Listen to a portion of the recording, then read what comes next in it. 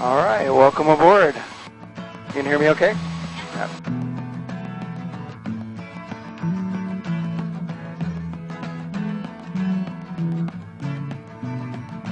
How's it going, Ryan? Can you hear me okay? All right. My name's Cameron. Welcome. Seatbelts look good. Do you have any questions from your safety brief you saw on the screen? Oh, good. Perfect. There's some air vents here for you. These are all adjustable. If you want them all the way open, that's going to be full blast. It might get a little cold in here. If you want to close them down, you can just start twisting them until they close all the way. They'll swivel if you want to point them someplace else. There's one up top here that it's the exact same thing. So this one also just twists open and close. So play with those. Make sure that you're comfortable. I also have a pocket for the two of you here on the side. That's where your briefing cards are located. You've already been over those. That's part of our safety briefing. There are some bags in there for you if you need them, just in case. Notepad in there with a pen. If you have any questions that come up during the flight or any comments for me, please write them down. I am also listening to air traffic control. I'll be talking to other pilots. You're not going to hear any of that going on. When you see my lips moving and no words are coming out, I'm not talking to myself. All right. Just so you know that. Ellen, one last thing for you. That's our flight control area right here. I'm going to be accessing that continuously throughout the flight. If you drop anything in there, leave it there. Don't touch it. Let me pick it up for you. I want to be the one flying today. Welcome aboard. Swati, welcome aboard. Can you hear me okay? Can you hear me? Oh, yeah, okay. Welcome aboard, guys. My name's Cameron. Seatbelts are on. Looks good. Do you have any questions from the safety brief you saw on the screen? All right, perfect. Welcome aboard.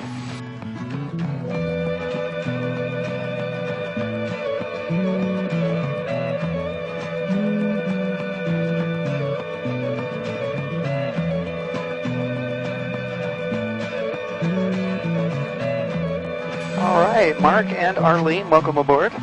My name is Cameron. Seatbelts are on. Looks good. Do you have any questions from your safety brief? Perfect. So for the back seat, your air vents are here in the ceiling. There's 4 of them in a row. These are all adjustable. If you want to, you can swivel them around. They'll point wherever you want to. If you want to open or close them, they just twist. That's for the silver ones. The little black ones here have a little lever inside it. Just kind of rolls open and close from the inside, and you need to adjust them. In front of you, in the back of the chairs, there are some pockets. Pockets have your briefing cards. There's a couple bags in there for you if you need them. Also, a notepad in there with a pen if you have any questions that come up during the flight. If you do, please write it down on the notepad. You can tap me on the shoulder to get my attention and just hand me the notepad. I'll do my best to answer any questions that come up, okay? Again, my name is Cameron. Welcome. Anybody's first time in a helicopter? Couple hands, all right. Just think about it like a magic carpet ride. Anytime the helicopter turns, it's going to lean with it. It's like a bicycle, motorcycle, jet ski, or boat going around a corner. You just get pressed into your seat. And winds have been pretty light, so I'm not expecting a lot of turbulence. If we get any turbulence, it just makes the ride more fun. It's not a lot of wind out there right now. All right, first part of a flight, I've got to be silent. I'm going to be talking to the tower, monitoring traffic as we leave the airspace. So just sit back, relax, take lots of pictures. And I'll have some music continue to go, okay? Any questions? Everybody ready? All right, give me just a few moments. I'll get our clearance from the tower. We'll be off the ground here very shortly.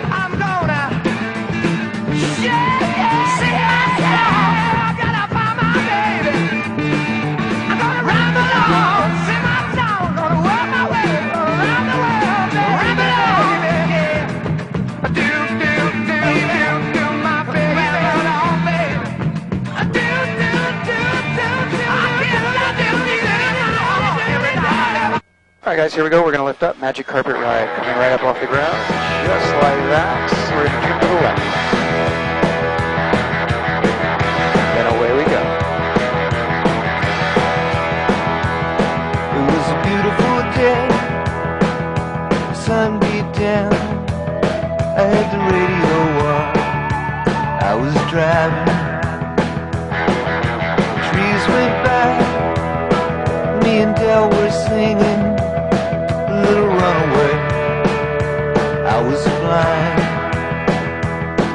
Yeah, running down a dream that never would come to me. Working on a mystery, going wherever it leads. Running down a dream.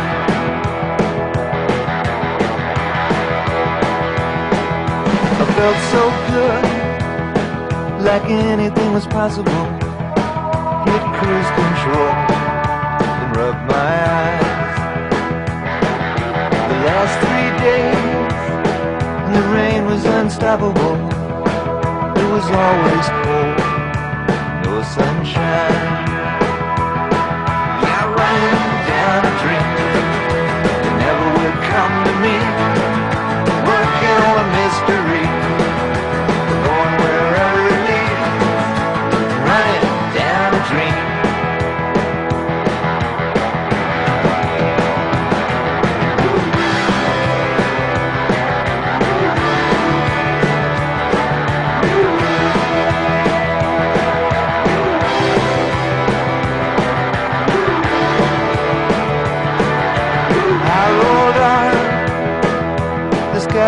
start, I put the pedal down to make some time.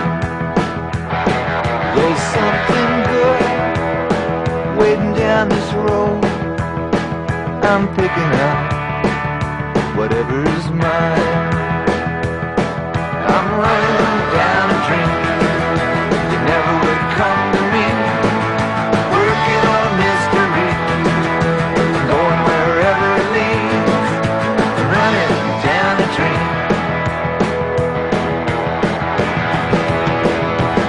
Yeah, I'm running down a dream that never would come to me. Working on a mystery, going wherever it leads. I'm running down a dream.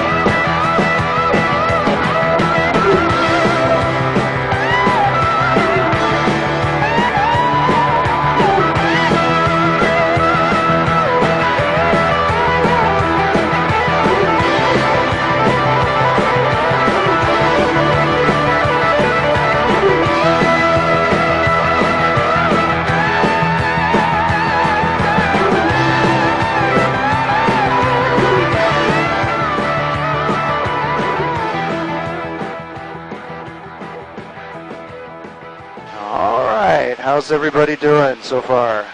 All good, perfect. Take a look off your left. These are the West Maui Mountains. West Mauis are the older of our two mountain ranges. They're about 2.5 million years old.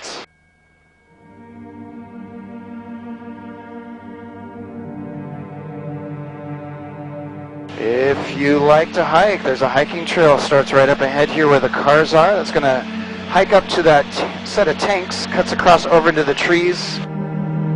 Once you come out of the trees, you'll be right along the edge of this valley overlooking it. That is the Waihe'e Ridge Trail. This is one of my favorite hikes on the island. Just an incredible hike.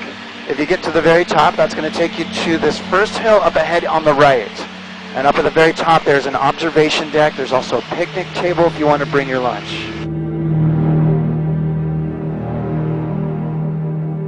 Incredible hike. You can see the ridgeline hike here off the right. This hike overlooks Waihe'e Valley here in front of us. Waihe'e is one of the areas where we filmed Jurassic Park. Jurassic Park was filmed on 3 different islands. They used Kauai, Oahu, and Maui to create that film. This is one of the areas here on Maui. Arlene, Mark, right side waterfall. We have some light green trees down below us. These are our state trees called kukui trees. They're on every island. They like these shadowy areas where the water flows. And you can see people wearing leis that are made out of kukui nuts. Those are usually dark brown, black, tan, black and white, depending on how they want to process them. Looking forward, this is what 2.5 million years of erosion looks like. Every time it rains, we'll lose a little bit more of the island as it gets washed out to sea. Left side coming up, waterfall.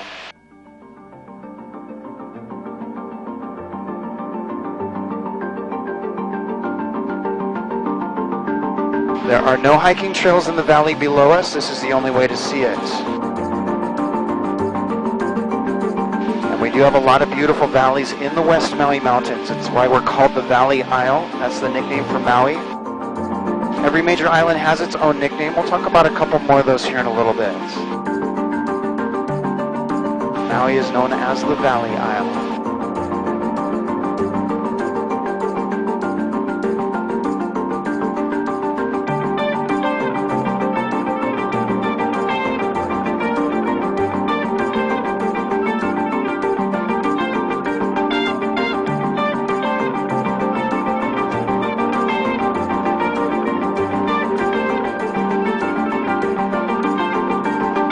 Straight ahead is the Wall of Tears. The water comes right out of the rock. The only way to see it is by helicopter. There is no hiking trail that can get you back here. We'll come in close. We'll get this on our left side to start, and then we'll turn to the right. This is the Wall of Tears.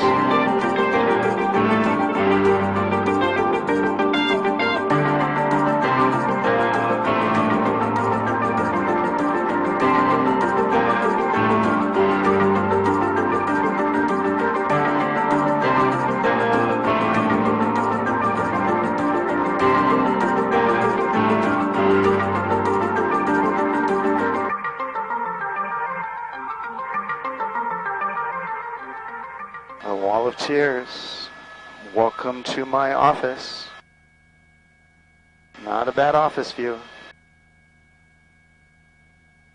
I kind of like it.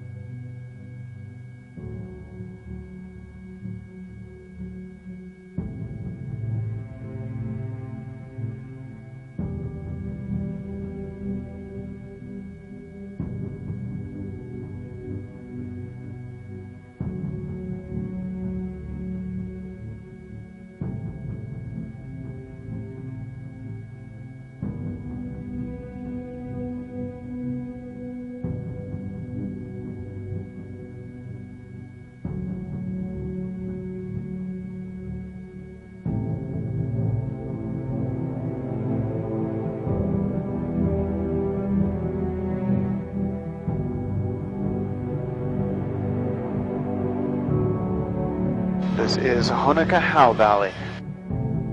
We're going to follow this one out to our shoreline. As we descend, if you feel a little bit of squeezing in on your ears, please equalize your ear pressure. You can hold your nose and blow gently, or open your mouth wide and a big yawn if you need to.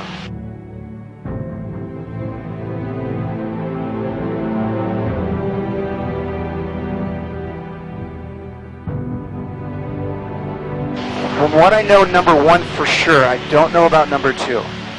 He was asking where Jurassic Park 1 and 2 was filmed. I know for sure Jurassic Park number 1 was filmed on all 3 islands. I think some of the later ones, they might have just used Oahu and maybe some of the surrounding areas.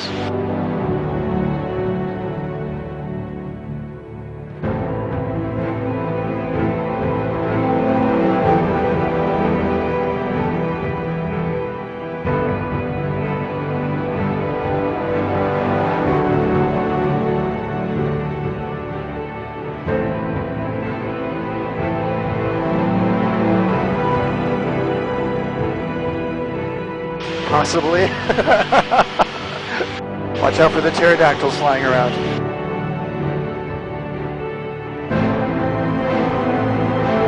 Right now we are 1,800 feet above sea level. Above the ground we're about 820 feet.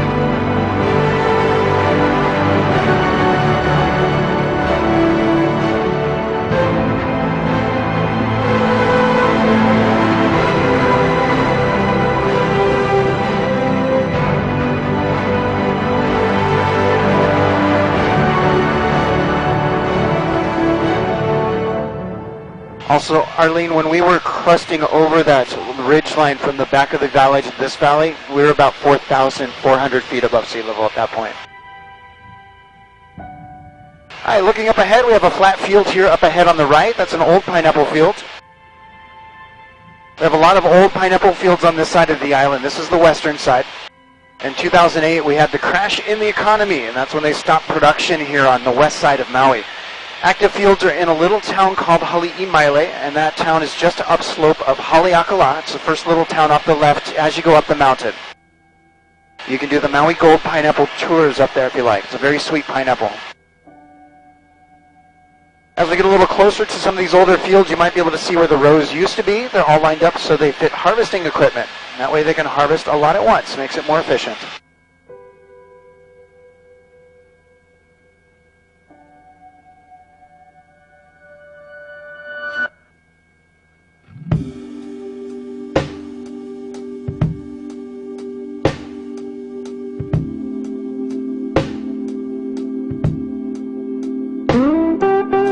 Look to the left, we have a golf course. That's the Plantation course at Kapalua. This is where we have the Sony PGA Tour when it comes out to play.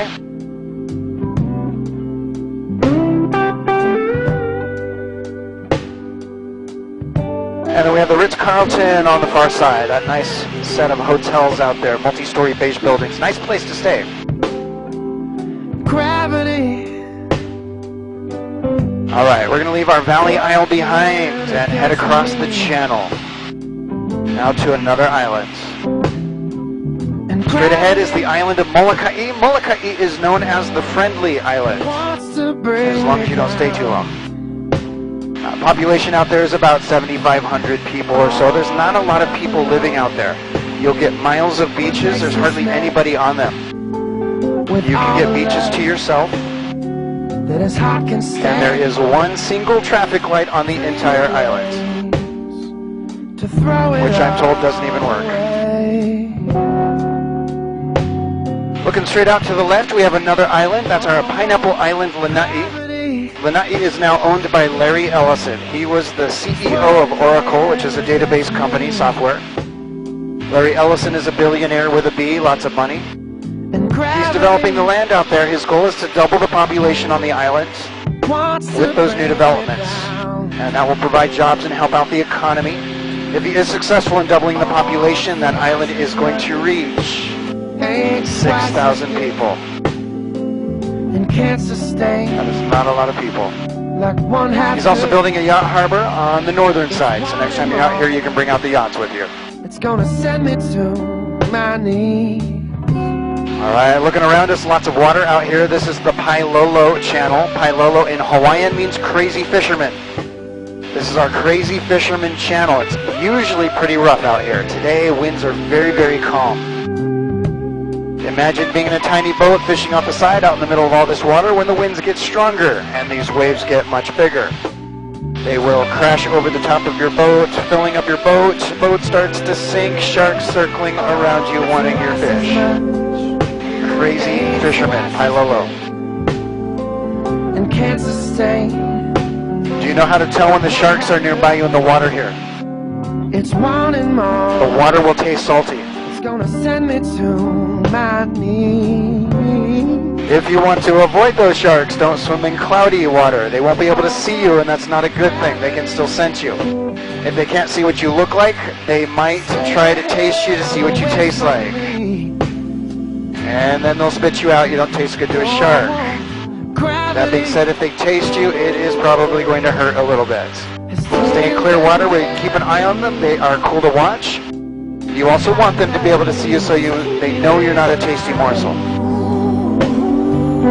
Besides, clear water is where you get to see all the sea life out here. Multicolored reef fish, including our state fish. Our state fish is called Humu Humu Nuku Nuku Apua'a.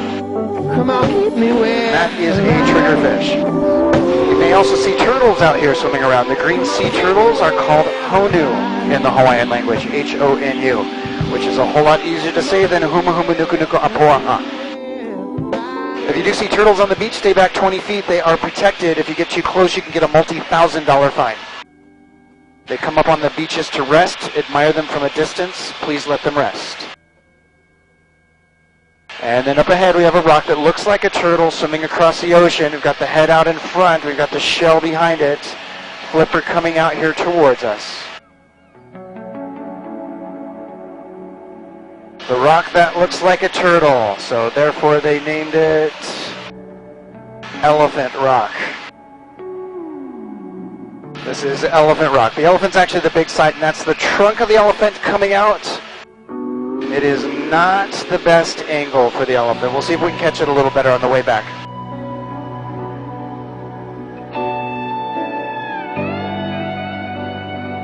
Looking absolutely nothing like an elephant. Elephant Rock on the right.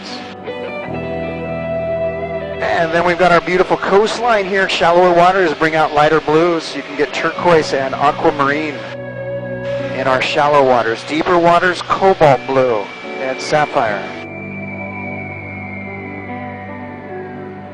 We do have some pretty amazing coastlines.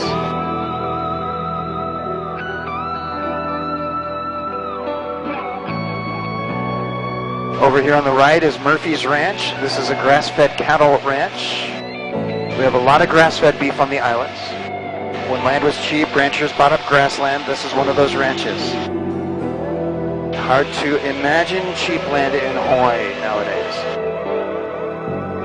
Here at Murphy's, we also have some organic farms. You can see a few of them here on the right. And then out here in front of us and all around us, this is rainforest. You're going to find rainforest on the north and eastern facing sides of every island. And that's because our winds usually come from the northeast. Those are called the trade winds. They'll bring all that moist air from across the ocean and push it up into the mountains. And as it rises up, it'll cool down. If it reaches the dew point, that's when you get your clouds. That's all going to happen on the northeastern side of every single island. Back over on Maui on the northeastern side, up above Hana, along the slopes of Haleakala, one of the wettest spots on Earth, where we get over 400 inches of rain a year. It's a lot of rain, and it looks a lot like this, very densely packed rainforest.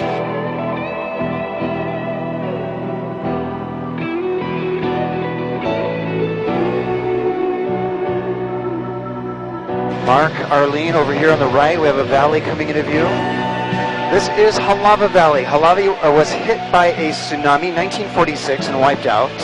Anybody that was living in the valley at the time that wanted to return is rebuilt since then. Not everybody wanted to come back.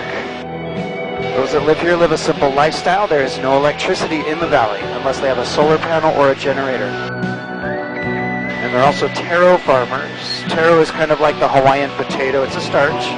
If you put it into bread, it will turn your bread purple. You'll end up with purple donuts, purple dinner rolls.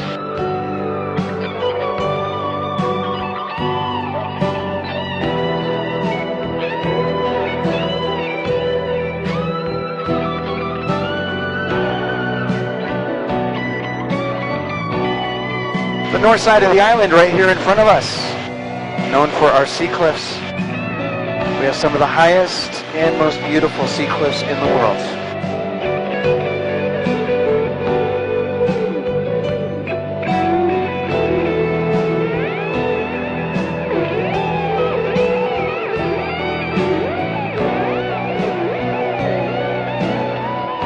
And you can probably tell how much I hate my job.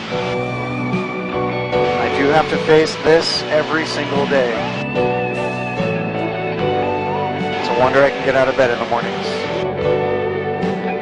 Left side, little ribbon of water here. These little waterfalls like this one will dry up over time if we don't get enough rainfall. You can see there's a huge channels here off our left where they've dried up. Right down the center in the very back, straight ahead, that is Papala'ua. Papala'ua is a 1,200 foot tall waterfall. This is the highest one on the island that runs continuously. There's always enough rainfall to keep it flowing. The tall, thinner one to the right comes and goes with the rain. And just for a little perspective, that one is 300 feet taller. And we'll straight down. Papala'ua, left-hand side.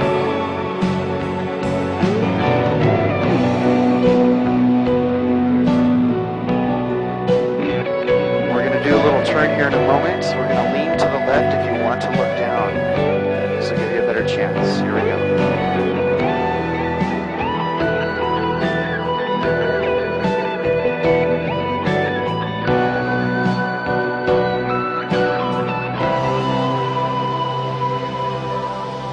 Arlene and Mark, look down if you'd like. 1,200 feet of water, Papala'ua, all the way down.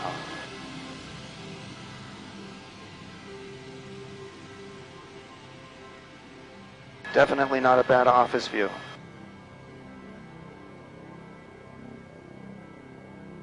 Down below us we have more of our light green kukui trees, the state tree. And then we'll see a few ribbons here as we exit out here on the right, coming down our cliffs.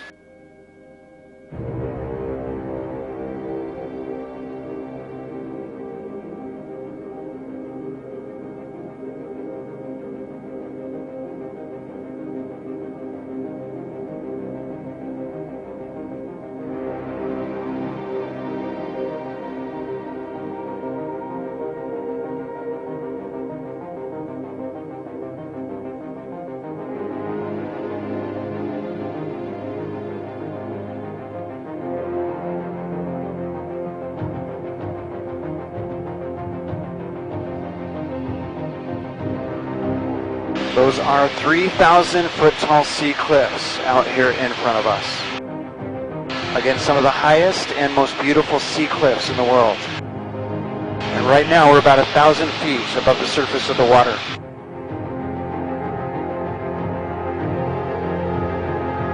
Coming up, left side, Wailau Valley, Black Sand Beach out in front. Black sand is pulverized lava rock.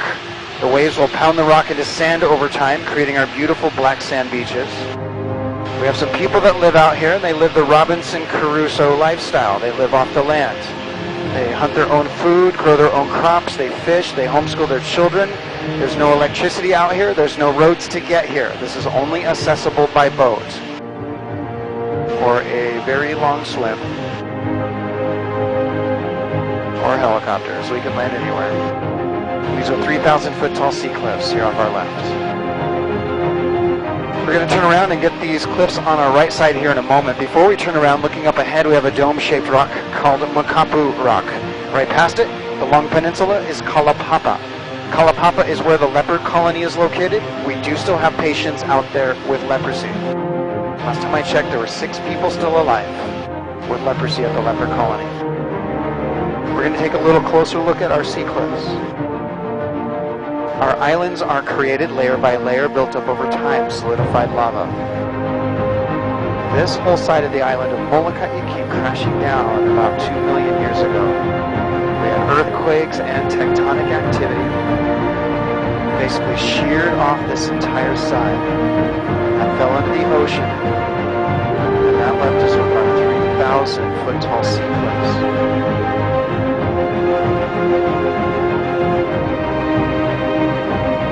Waterfalls.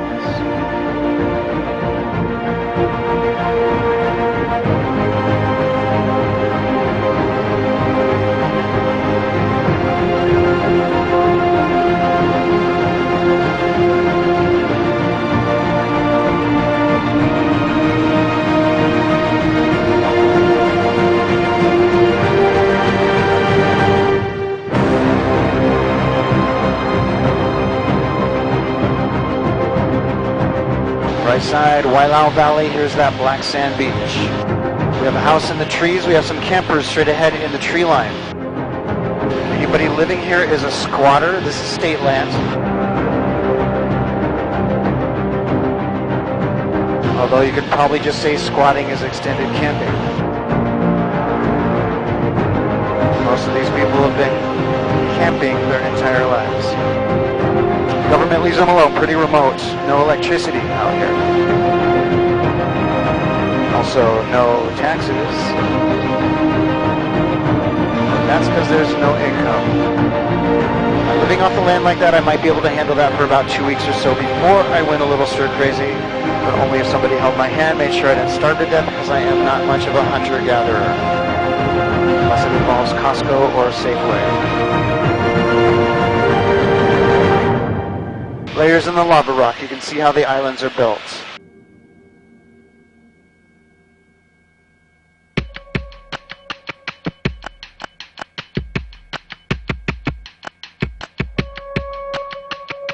We'll get one last peek at Papala'ua as we pass by, all the way to the right here in the very back. This is our 1,200 foot waterfall, Papala'ua.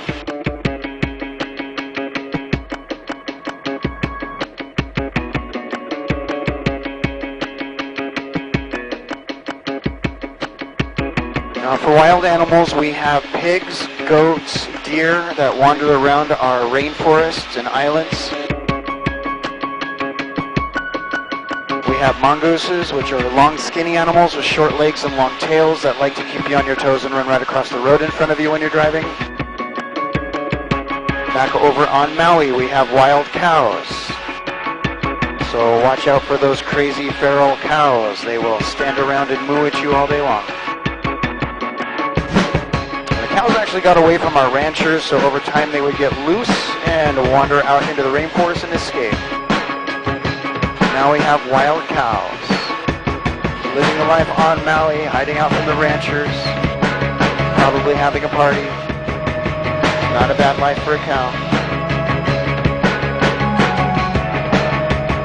And then of course we have our wild chickens, which you can't miss unless you close your eyes because they're everywhere.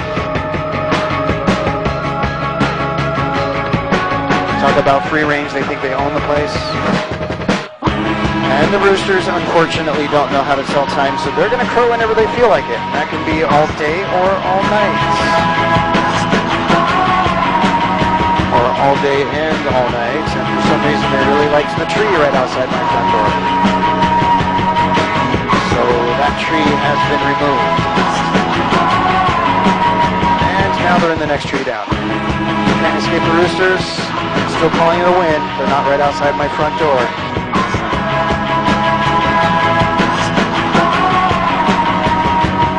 We're back to Halaba Valley. This valley, once again, was the one hit by the tsunami. It was in 1946.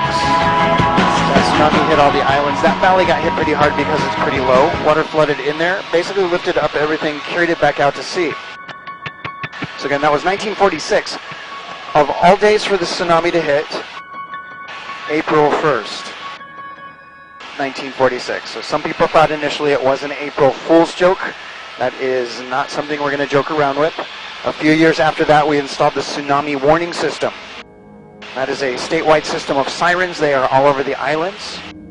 And they'll test those at the beginning of every month to make sure they're all working. So right around noon, you'll hear all the sirens going off. It's usually right around the 1st. Nothing to worry about, making sure that everything works. Shallower waters, right side. We've got our lighter blues.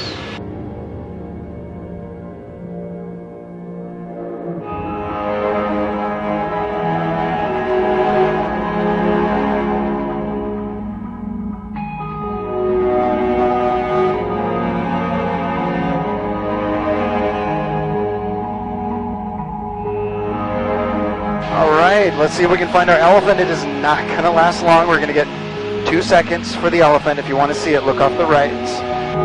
I'll point out some features. This is the tail in the water running up the back, creating a spine. Head coming into view, connects with the trunk laid out into the ocean, creates the bridge of the nose. Here comes the bridge of the nose. Legs are tucked underneath it. Here's the mouth. There's the elephant for the next 2 seconds.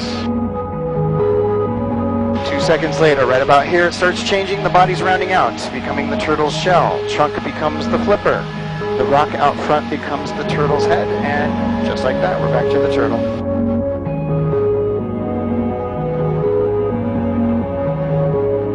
Two seconds as an elephant. The rest of the time you see a turtle. What do you see?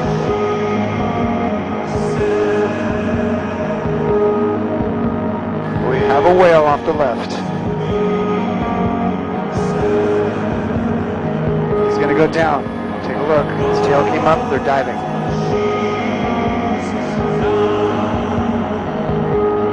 It is whale watching season. It is the beginning of whale watching season. This is the first whale that I have seen all week. I did see a few of them last week. Whale watching season is going to peak out around February. So January, February, March, we get a lot of whales out here. These are humpback whales. They'll give birth in warmer waters by the equator, and then they'll migrate up to Alaska where the waters are colder. So as we cross again, be on the lookout. We might get another one and get lucky.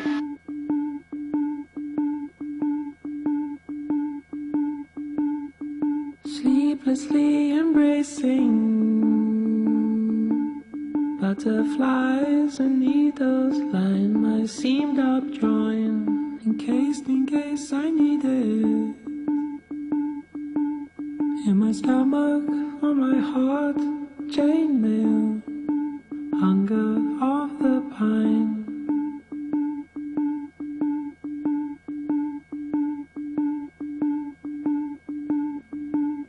Humpback whales give birth in warmer waters by the equator. They'll migrate up to Alaska, where the waters are colder.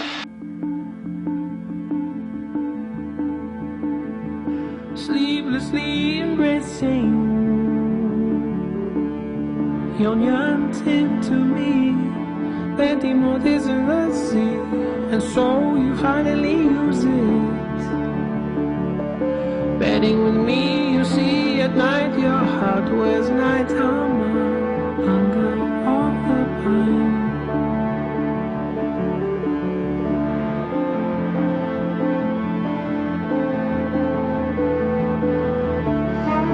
With how light the winds are today, it's a great time to try to find whales.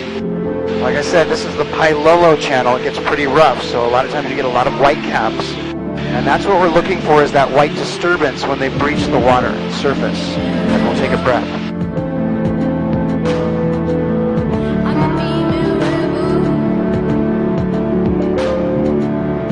If you go swimming and the whales are around, you should be able to hear them underwater.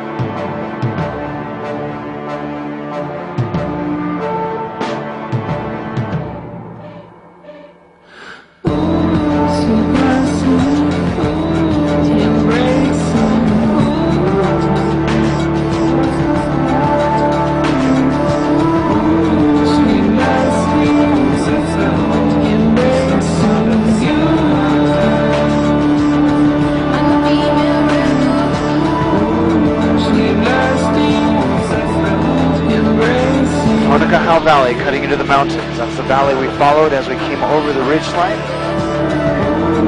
Straight ahead we have red rock right here at the cliffs. Beautiful red iron-rich volcanic soil. Iron rusts over time, gives us this red color. Very nice contrast between the red of the rock and the blue of the ocean. You can see it right underneath us.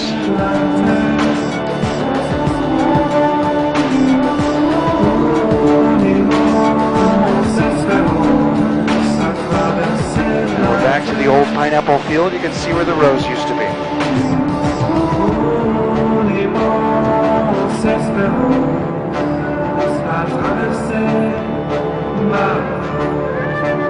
Left side, Nakalele Point, this is where the blowhole is located. It's a lava tube. Wind and water get forced up through it as the waves come in, and then it will spout out. Look where the rock is wet here by the coastline.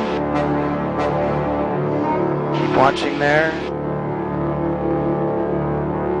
It's like a wave coming in. There it goes.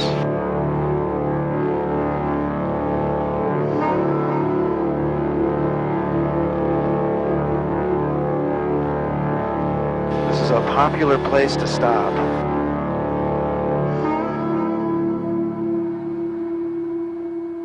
Now, if you'd like to, you can just walk a short distance out and overlook that from the top cliffs, or if you want, you can also hike down to it. If you hike down to it, be careful. People have been sucked into the blowhole. Don't get right next to it. Get close enough to get wet if you really want to. Don't get next to it.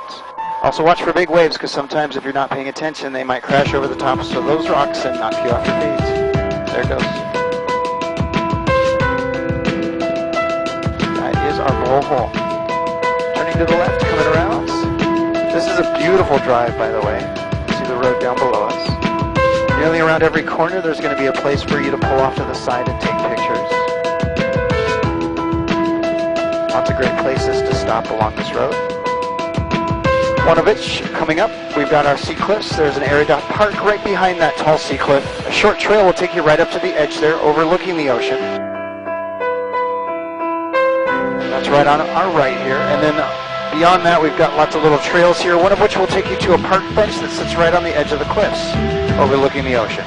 That's going to be right here off our right, between these two little hills, right where the grass meets the dirt. Little park bench, you can sit there, relax, watch the waves, and look for whales.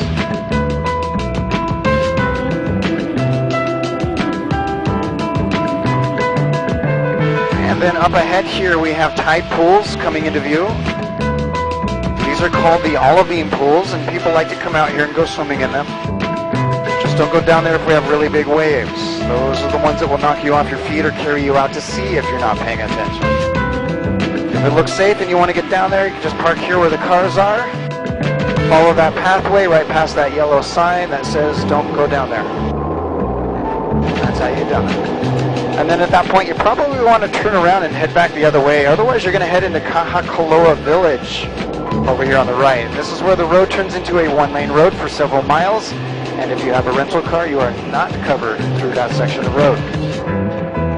If you still want to go through there, make sure you can back up your car really well. I have seen tires hanging off the edge of the cliffs. One of the last times I drove through there was a car on the side of the road with a flat tire in the one-lane road. There wasn't enough room to squeeze by. I was getting ready to pass, and then a huge Cadillac Escalade came down the hill and stopped right in front of me, followed by two cars that blocked him in. Two cars followed me down, blocking me in. Now we have 6 cars facing each other on a one-lane road where a car has a flat tire. Absolutely no room to get by. One by one we had to start backing up, spreading out until we could find little narrow areas to squeeze by each other without going off the edge of the cliffs or scraping each other up. That road is not for everybody. Some people find themselves on that road by accident, thinking it's going to be a shortcut over to the airport. That is not a shortcut. That all being said, if you do make it through the village, Kahakaloa Village, Auntie Julia has a bright green stand on the side of the road where she sells ginger candies, banana bread, drinks, and snacks. And she does have some of the best banana bread on the islands. Just have to brave the one-lane road to get to it. Alright, we are getting close to the airport. I need to start talking to the tower and monitoring traffic as we come in. Sit back, relax. We'll be on the ground here in just a few minutes.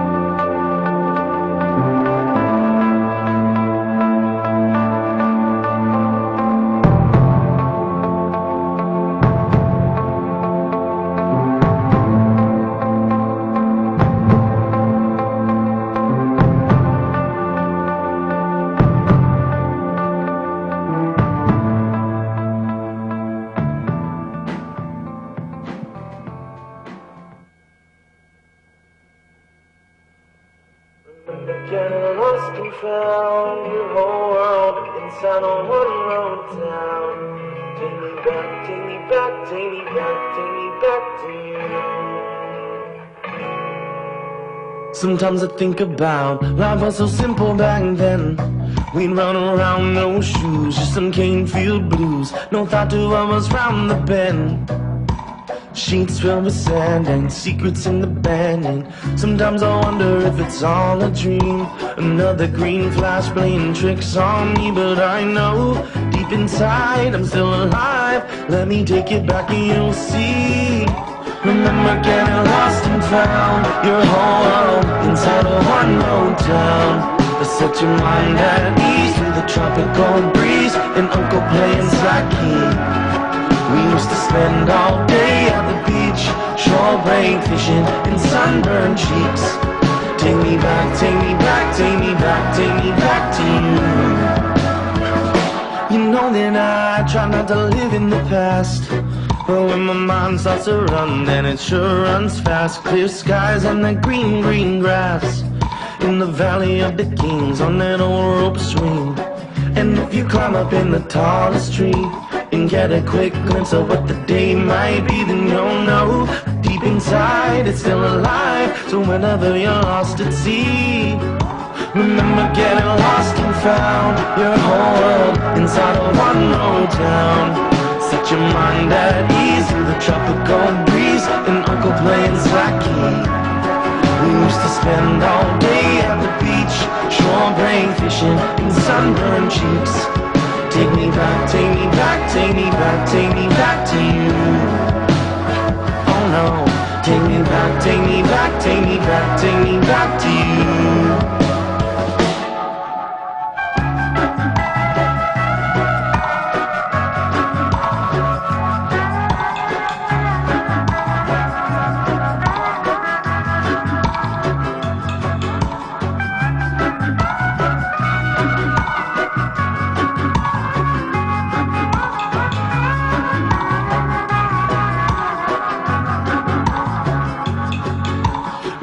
Getting lost and found your whole world inside of one road town.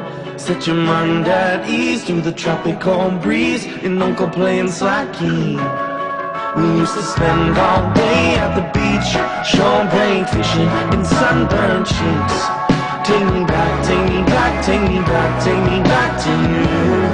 Oh no, take me back, take me back, take me back, take me back to you.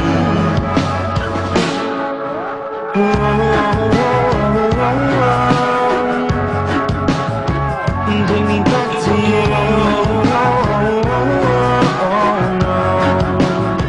Take me back to you.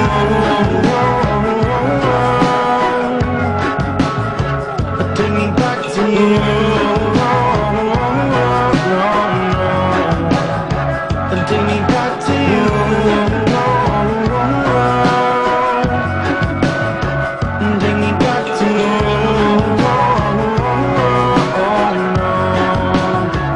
Take me back to you.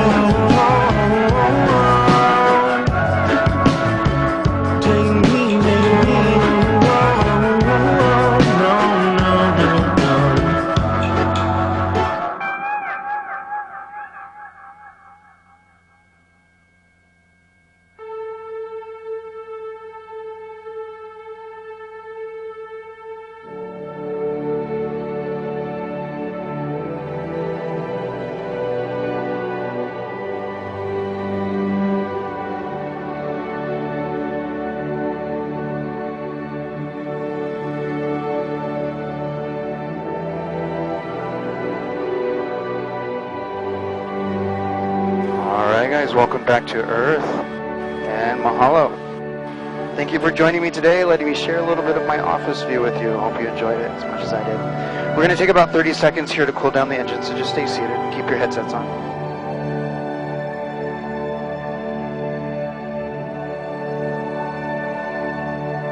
You guys have fun? It's kind of hard not to like my job.